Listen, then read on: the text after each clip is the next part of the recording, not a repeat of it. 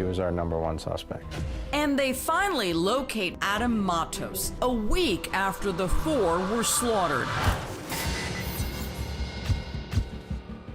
Tracing Adam to a hotel where they find him holed up with his little boy Tristan. Shown on this security video checking in at the front desk and casually leading Tristan to their room. And sure enough, he checked in under his own name. Brilliant. Yeah. Lucky for us. Cops say when they picked up Tristan, the little 4-year-old seemed to be in a state of shock. Did it seem like this child had been traumatized and had witnessed something horrific? Yeah, he was going through something. And not talking to police. There really wasn't much we got from that interview on that day. But police take the child's father into custody, hoping to get more information out of him. He was very calm. He didn't put up a fight or anything. Cunning detectives don't let on that they found the bodies of Megan, her parents, and her new man, Nick Leonard, hoping they can trip Adam up. I never mentioned anything about the homicides or that we found people deceased. Instead, detectives tell Adam he's being arrested on domestic violence charges stemming from that first frantic 911 call from Megan. Detectives ask Adam who he would like to care for Tristan now that he can't. Obviously, we would like him to go back to Megan. Do you know if that's going to be possible? I would know. Okay. About Megan's parents. Can they stay with them maybe? You can check. You can call and ask. They ask Adam about his troubled relationship with Megan. When did you guys break up? About a week ago. A week ago? Okay. What was that about? Just a bunch of drama, Adam denies he attacked Megan in a jealous rage the night she called 911. Do you know if she was seeing anybody else? But he admits they got into a loud argument after Megan arrived home near dawn. Well, her mom came out and she told me to leave and I left.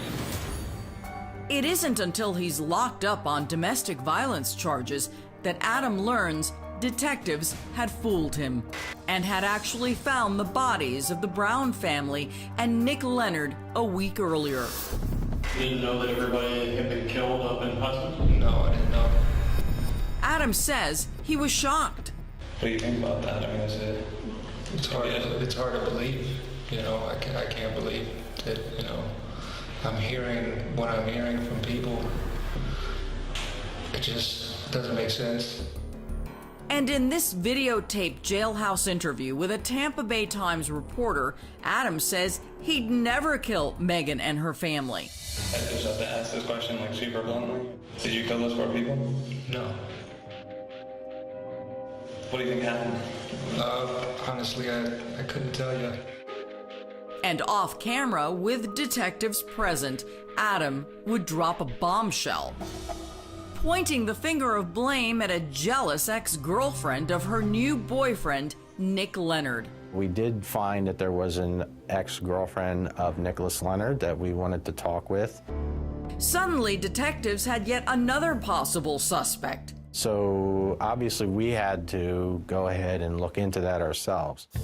And they would discover that the ex, an allegedly obsessed married woman, might indeed have had a fatal attraction. There were some indications that she was having issues with Nicholas Leonard. She stalked him for She 5 was years. stalking him for many years.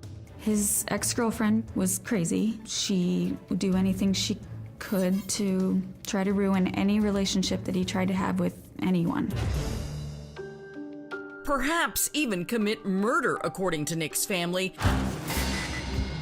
who say the ex actually hacked into his phone, calling and warning off any other woman whose numbers happened to be on it. She did it frequently. Very frequently.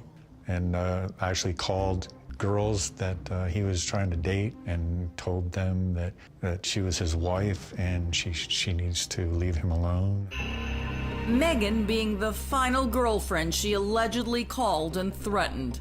So I ended up talking to Megan for probably a good half hour, just telling her, you know, that my brother was a good person and he just had this crazy ex-girlfriend that wouldn't disappear. She kept popping in every time he wanted to talk to somebody.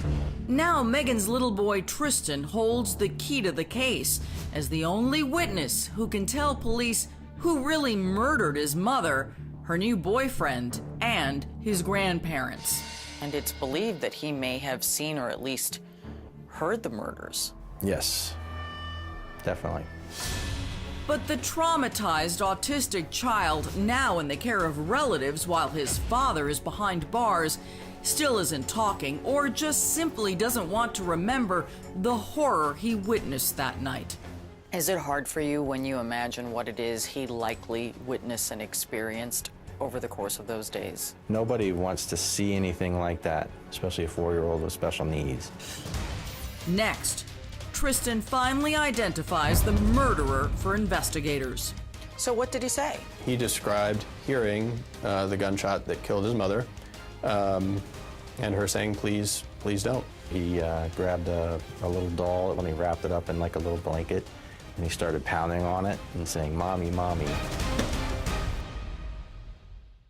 But detectives had been suddenly sidetracked after Adam pointed them to another possible suspect. One of Nick's ex-girlfriends who had allegedly been jealously stalking him for years and is said to have even threatened Megan after learning she was seeing him.